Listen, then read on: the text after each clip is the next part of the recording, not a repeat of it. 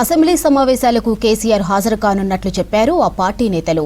ప్రజా సమస్యలపై ప్రభుత్వాన్ని ప్రశ్నించేందుకు సిద్ధంగా ఉన్నామన్నారు. సెషన్స్ కనీసం 15 రోజులైనా నిర్వహించాలని డిమాండ్ చేశారు. ఇక పాలమూరు రంగారెడ్డి నీటి వాటాల్లో కాంగ్రెస్ సర్కార్ రాజీ పడుతోందని ఆరోపించారు. నీటి వాటాల్లో తెలంగాణ ప్రయోజనాలను కాపాడేందుకు కేసీఆర్ మరో పోరాటం చేయనున్నట్లు స్పష్టం చేశారు గులాబీ నేతలు.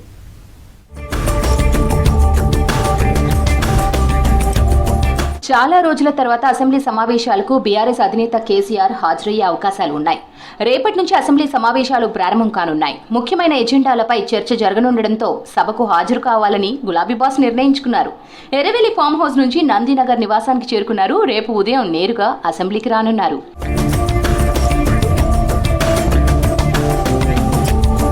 రేపటి అసెంబ్లీ సమావేశాలకు కేసీఆర్ వస్తారని హరీష్ రావు చిట్చాట్ ద్వారా తెలిపారు. అసెంబ్లీ సమావేశాల్లో ప్రజా సమస్యలపై ప్రభుత్వాన్ని ప్రశ్నించేందుకు సిద్ధంగా ఉన్నామన్నారు మాజీ మంత్రి హరీష్ రావు. సభలో తమకు ఒక్కరికే మాట్లాడే ఛాన్స్ ఇచ్చి బీఆర్ఎస్ సభ్యుల్లో 3వ వంతు ఉన్న పార్టీలకు మాత్రం ఇద్దరికి అవకాశం కల్పిస్తున్నారని విమర్శించారు. బీఆర్ఎస్ హయాంలో సగటున 32 రోజులు సెషన్ నడిస్తే కాంగ్రెస్ హయాంలో 20 రోజులే నడిచినట్లు చెప్పారు. కనీసం 15 రోజులైనా సమావేశాలు నిర్వహించాలని డిమాండ్ చేశారు.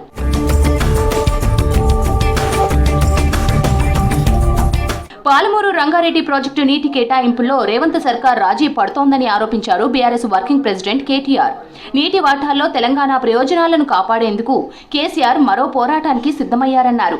త్వరలోనే కేసీఆర్ పాలమూరు జిల్లాలో పర్యటిస్తారని చెప్పారు కేటీఆర్. నాగర్ కర్నూలు జిల్లాలో జరిగిన సర్పంచుల ఆత్మీయ సమ్మేళనంలో పాల్గొన్నారు. పాలమూరు రంగారెడ్డి ఎత్తిపోతల పథకాన్ని ఏదైతే ఈ ముఖ్యమంత్రి పగబట్టి కేసీఆర్ గారికి పేరు రావద్దని చెప్పి తొక్కి పెడుతున్నాడో, మరి రేపటి రోజున బ్రహ్మాండమైన బహిరంగ సభతో మిమ్మల్ని అందరినీ కలవడానికి తొందరలోనే గౌరవ పెద్దలు కేసీఆర్ గారు కూడా పాలమూరుకు రాబోతా ఉన్నారు.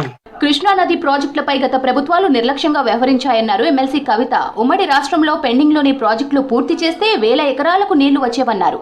పాలమూరు రంగారెడ్డి ప్రాజెక్టును బీఆర్ఎస్ సర్కార్ నిర్లక్ష్యం చేసిందన్నారు. నాగర్ కర్నూలు జిల్లాలో పర్యటించిన కవిత డిండి ప్రాజెక్టు పూర్తి చేయాలని కాంగ్రెస్ సర్కార్ను డిమాండ్ చేశారు. మరి ఏ ఒక్క ప్రభుత్వం కూడా బీఆర్ఎస్ అయినా కాంగ్రెస్ అయినా పట్టించుకోకుండా మరి 2 గ్రామాలు మునిగిపోతుంటే చోద్యం చూస్తూ ఊరుకున్నారు. డిండిలో చేపట్టినటువంటి ప్రాజెక్ట్ ఆయకట్టు తగ్గకుండా చేసేటటువంటి ఆల్టర్నేట్ ప్రపోజల్ తో మేము ప్రభుత్వాన్ని అప్రోచ్ అవుతాం. ఎర్రవల్లి గ్రామాన్ని, ఎర్రవల్లి తండాను రక్షించాలని మేము డిమాండ్ చేస్తా ఉన్నాం. ప్రభుత్వ వ్యతిరేక విధానాలపై సభతో పాటు బహిరంగ సభల ద్వారా ప్రజలకు వివరించాలని గులాబీ నేతలు డిసైడ్ అయ్యారు. దీనికోసం కేసీఆర్ బహిరంగ సభల కోసం ప్లాన్ చేస్తున్నారు.